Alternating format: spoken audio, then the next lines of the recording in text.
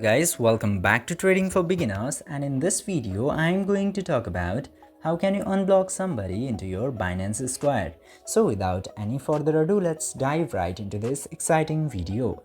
Now, in order to do that, you just simply have to open your Binance application, and after opening the Binance application, tap to this yellow little button of Binance into the top left corner.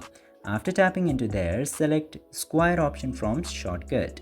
Now, after going into Square, you just simply have to tap to your profile at the bottom right corner.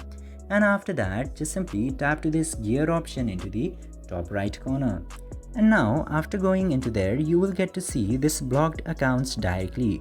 Tap to blocked accounts, and after going into here, you can see all of the accounts that you have blocked. Now, in order to unblock, just simply tap to this unblock option and tap to unblock in order to confirm. And this way, you can very easily unblock anybody into your Binance. Binance Square. I hope this video was helpful for you. If yes, don't forget to like, share and subscribe to the channel to never miss another update. Thank you for watching the video.